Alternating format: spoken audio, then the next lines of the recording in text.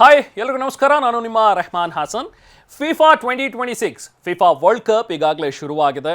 ಎಲ್ಲ ಪಂದ್ಯಗಳು ಕೂಡ ರೋಚಕವಾಗಿ ನಡೀತಾ ಇರುವಂಥದ್ದನ್ನು ನೀವು ಕೂಡ ಅಬ್ಸರ್ವ್ ಮಾಡಿರ್ತೀರಿ. ಫಿಫಾ ವರ್ಲ್ಡ್ ಕಪ್ ಅದರ ಒಂದು ಫೀವರೇ ಬೇರೆ. ಈಗ ಕ್ರಿಕೆಟ್, IPL ಅಂತ ನಾವೇನು ಕ್ರೀಡೆಗಳನ್ನು ನೋಡ್ತೀವಿ, ಅದೆಲ್ಲದಕ್ಕಿಂತ ಹೆಚ್ಚು ಕ್ರೇಜ್ ಇರುವಂಥದ್ದು ಫುಟ್ಬಾಲಿಗೆ.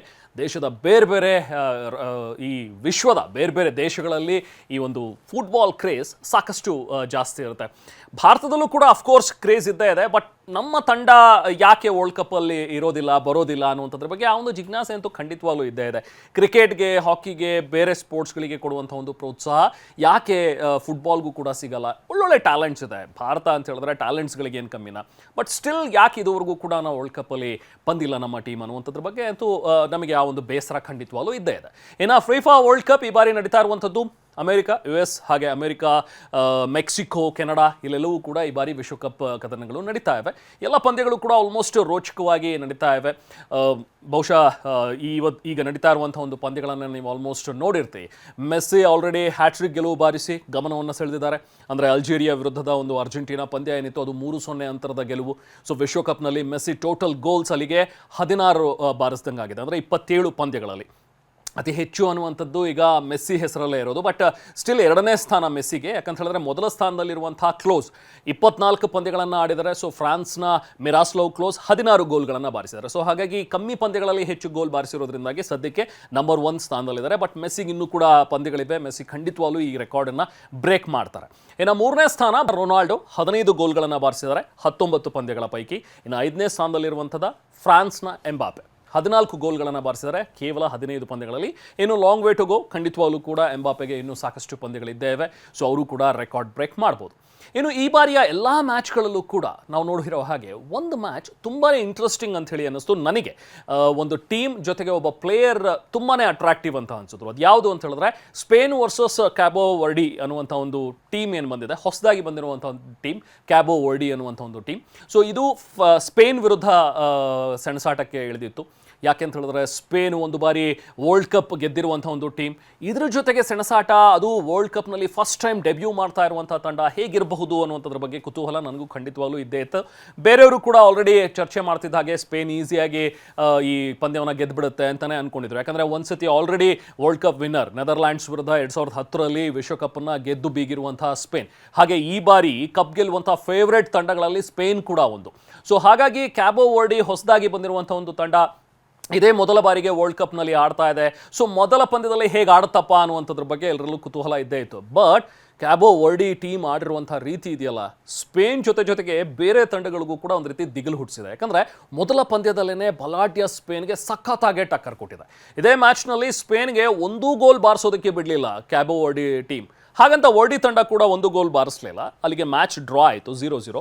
ಬಟ್ ಕ್ಯಾಬೋ ವರ್ಡಿ ಟೀಮ್ ಆಡಿದಂಥ ಒಂದು ರೀತಿ ಇದೆಯಲ್ಲ, ಅದು ಎಲ್ಲರನ್ನೂ ಕೂಡ ಅಚ್ಚರಿಗೊಳಿಸಿತ್ತು. ಜೊತೆಗೆ ಈ ಮ್ಯಾಚ್ನಲ್ಲಿ ಅತ್ಯಂತ ಗಮನ ಸೆಳೆದಿದ್ದು ಅಂತ ಹೇಳಿದ್ರೆ ಕ್ಯಾಬೋ ವರ್ಡಿ ತಂಡದ ಗೋಲ್ ಕೀಪರ್ ವಾಜಿನ್ಹಾ. ಯಾಕೆ ಅಂತ ಹೇಳಿದ್ರೆ ಇಡೀ ಮ್ಯಾಚ್ನಲ್ಲಿ ಚಿಗರೆಯಂತೆ ಆಡಿದ್ದು ಇದೇ ವಾಜಿನ್ಹಾ. ಮ್ಯಾಚ್ನಲ್ಲಿ ಸ್ಪೇನ್ 8 ಬಾರಿ ಟಾರ್ಗೆಟ್ ಮಾಡಿ ಹಿಟ್ ಮಾಡಿದೆ, ಅಂದರೆ ಗೋಲ್ ಬಾರಿಸುವ ಪ್ರಯತ್ನ ಮಾಡುತ್ತೆ. ಆದರೆ ಇದೇ ಗೋಲ್ ಕೀಪರ್ ಇರುವಂತಹ ವಾಜಿನ್ಹಾ 8 ಸಲ ಗೋಲ್ ಆಗದಂತೆ ತಡೆದಿದ್ದಾರೆ. ಸೊ ಆ ಮ್ಯಾಚ್ನಲ್ಲಿ ಪ್ಲೇಯರ್ ಆಫ್ ದ ಮ್ಯಾಚ್ ಕೂಡ ಇದೇ ವಾಜಿನ್ಹಾ ಪಡ್ಕೊಳ್ತಾರೆ. ಯಾಕೆ ವಾಜಿನ್ಹಾ ತುಂಬ ವಿಶೇಷ ಅಂಥೇಳಿ ಅನ್ನಿಸ್ತಾರೆ ಅಂತ ಹೇಳಿದ್ರೆ ಅವರ ಏಜ್ನಿಂದ, ಜೊತೆಗೆ ಅವರ ಪರ್ಫಾರ್ಮೆನ್ಸ್ನಿಂದ. ಅವರಿಗೀಗ ಬರೋಬ್ಬರಿ 40 ವರ್ಷ ವಯಸ್ಸು. ಅಂದರೆ ಆಲ್ಮೋಸ್ಟ್ ಕ್ರೀಡಾಪಟುಗಳು ರಿಟೈರ್ಡ್ ಆಗೋ ಏಜ್ನಲ್ಲಿ ವರ್ಲ್ಡ್ ಕಪ್ ಡೆಬ್ಯೂ ಮಾಡ್ತಾ ಇರುವಂಥ ವಾಜಿನ್ಹಾ ಎಲ್ರಿಗೂ ಮಾದರಿ. ಆ್ಯಂಡ್ ಅವ್ರು ಆಡ್ತಾ ಇರುವಂಥ ರೀತಿ, ಆ ಫೀಲ್ಡಲ್ಲಿ ಚಿಗರೆಯಂತೆ ನೆಗೆಯೋದು, ಎಲ್ಲ ಗೋಲ್ ಕಡೆ ಬರುವಂಥ ಬಾಲ್ಗಳನ್ನು ತಡೆಯುವಂಥದ್ದು, ಇದೆಲ್ಲವೂ ಕೂಡ ಎಕ್ಸ್ಟ್ರಾರ್ಡಿನರಿ ಆದಂಥ ಪರ್ಫಾರ್ಮೆನ್ಸ್. ಇನ್ನು ಮ್ಯಾಚ್ ಮುಗಿದ ಬಳಿಕ ವಾಜಿನ್ಹಾ ಕಣ್ಣೀರು ಕೂಡ ಹಾಕಿದ್ರು. ಯಾಕೆ ಅಂತ ಹೇಳಿದ್ರೆ, ನಾನು ಬೆಳೆದಿದ್ದು ನನ್ನ ಅಜ್ಜಿ ತಾತನ ಜೊತೆಯಲ್ಲಿ, ನಾನು ಫುಟ್ಬಾಲರ್ ಆಗಬೇಕು ಅಂತೇಳಿ ಅವ್ರ ದೊಡ್ಡ ಕನಸಿತ್ತು. ಆದರೆ ಇವತ್ತು ನೋಡಿ ನನಗೆ ದೊಡ್ಡ ದಿನ, ಪ್ಲೇಯರ್ ಆಫ್ ದ ಮ್ಯಾಚ್ ಪ್ರಶಸ್ತಿ ತೊಗೊಂಡಿದ್ದೀನಿ. ಆದರೆ ಇದನ್ನು ನೋಡೋದಕ್ಕೆ ನನ್ನ ಅಜ್ಜಿ ತಾತ ಬದುಕಿಲ್ವಲ್ಲ ಅಂತ ಹೇಳ್ತಾ ಕಣ್ಣೀರು ಕೂಡ ಹಾಕಿದ್ರು. ಜೊತೆಗೆ ಇವತ್ತಿಲ್ಲಿ ನನ್ನ ಅಮ್ಮ ಕೂಡ ಬರೋದಕ್ಕಾಗಿಲ್ಲ, ಯಾಕಂದರೆ ವೀಸಾ ಸರಿಯಾದ ಸಮಯಕ್ಕೆ ತಗೊಳ್ಳೋದಕ್ಕೆ ಆಗಿದ್ದಿಲ್ಲ ಅನ್ನುವಂಥದ್ರ ಬಗ್ಗೆನೂ ಕೂಡ ಅವರು ಬೇಸರವನ್ನು ವ್ಯಕ್ತಪಡಿಸಿದ್ದಾರೆ. ಅಂದರೆ ಜಸ್ಟ್ ಇಮ್ಯಾಜಿನ್, ದುರಂತ ಹೇಗಿದೆ ನೋಡಿ. ಇಂಥ ಒಬ್ಬ ಟಾಪ್ ಕ್ಲಾಸ್ ಆಟಗಾರ ವಾಜಿನ್ಹಾ ಇಲ್ಲಿ ಆಡ್ತಾ ಇದ್ದಾರೆ. ಬಟ್ ತಾಯಿ ಮಗನ ಮ್ಯಾಚ್ ನೋಡೋದಕ್ಕೆ ಬರೋದಕ್ಕೆ ಸಾಧ್ಯ ಆಗಿಲ್ಲ. ಯಾಕೆಂದರೆ ವೀಸಾ ಮಾಡಿಸೋದಕ್ಕೆ ಹಣ ಅರೇಂಜ್ ಮಾಡೋದಕ್ಕೆ ಆಗಿಲ್ಲ ಅನ್ನೋ ಒಂದು ಕಾರಣಕ್ಕೋಸ್ಕರ. ವೆರಿ ಸ್ಯಾಡ್ ನ್ಯೂಸ್ ಇದು. ಇನ್ನು ವಾಜಿನ್ಹಾ ಫುಟ್ಬಾಲ್ ಆಡೋದಕ್ಕೆ ಶುರು ಮಾಡಿದೆ ತಮ್ಮ 25ನೇ ವಯಸ್ಸಿನಲ್ಲಿ. ಯಾವ ಪ್ಲೇಯರ್ಗೂ ಕೂಡ ಸ್ಪೋರ್ಟ್ಸ್ ಸ್ಟಾರ್ಟ್ ಮಾಡೋದಕ್ಕೆ ಇದು ದೊಡ್ಡ ಏಜ್ ಅಂತಲೇ ಅನ್ಬೋದು. ಯಾಕಂದರೆ 25ನೇ ಏಜ್ಗೆ ಸ್ಟಾರ್ಟ್ ಮಾಡಿ 40ನೇ ಏಜ್ಗೆ ವರ್ಲ್ಡ್ ಕಪ್ನಲ್ಲಿ ಡೆಬ್ಯೂ ಮಾಡುವಂಥದ್ದು ಗ್ರೇಟ್. ಛಲ ಬಿಡದೆ ಆಡಿ ವೊಜಿನ್ಹಾ ಯಂಗ್ಸ್ಟರ್ಗಳಿಗೂ ಕೂಡ ಟಕ್ಕರ್ ಕೊಡೋ ರೀತಿಯಲ್ಲಿ ಮಿಂಚ್ತಾ ಇದ್ದಾರೆ. ಇನ್ನು ಕ್ಯಾಬೋ ವರ್ಡೆ ಟೀಮ್ ಎಲ್ಲರಿಗೂ ಕೂಡ ನಿಬ್ಬೆರಗೆ ಹಾಕ್ಸಿದೆ. ಯಾಕೆಂದರೆ ಸೆಂಟ್ರಲ್ ಅಟ್ಲಾಂಟಿಕ್ ಓಷಿಯನ್ನಲ್ಲಿರುವಂಥ ಒಂದು ಚಿಕ್ಕ ದ್ವೀಪ ಇದು. ಇದ್ರ ಏರಿಯಾ ಹೆಚ್ಚು ಕಮ್ಮಿ 4033 ಸ್ಕ್ವೇರ್ ಕಿಲೋಮೀಟರ್ ಇರಬಹುದು.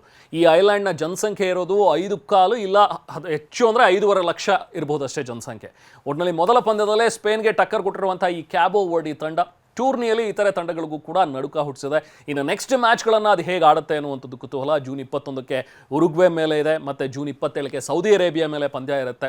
ಸೊ ಹೇಗೆ ಆಡುತ್ತೆ ಅನ್ನುವಂಥದ್ರ ಬಗ್ಗೆ ಖಂಡಿತವಾಗ್ಲೂ ಕುತೂಹಲ ಅಂತೂ ಇದ್ದೇ ಇದೆ. ಸೊ ಫಿಫಾ ವರ್ಲ್ಡ್ ಕಪ್ನಲ್ಲಿ ಒಳ್ಳೊಳ್ಳೆ ರೋಚಕ ಪಂದ್ಯಗಳು ಆಗ್ತಾ ಇವೆ. ಎಲ್ಲ ಪಂದ್ಯಗಳನ್ನು ನೀವು ಕೂಡ ನೋಡ್ತಾ ಇದ್ರಿ, ಎಂಜಾಯ್ ಮಾಡ್ತಾ ಇದ್ರಿ ಅಂತ ಅನ್ಕೋತೀನಿ. ಈ ಕ್ಯಾಬೋ ವರ್ಡಿ ಟೀಮ್ ಬಗ್ಗೆ ಜೊತೆಗೆ ವೊಜಿನ್ಹಾ ಆಟದ ಬಗ್ಗೆ ನಿಮಗೇನು ಅನಿಸುತ್ತೆ ಕಮೆಂಟ್ ಮಾಡಿ ತಿಳಿಸಿ. Thank you so much.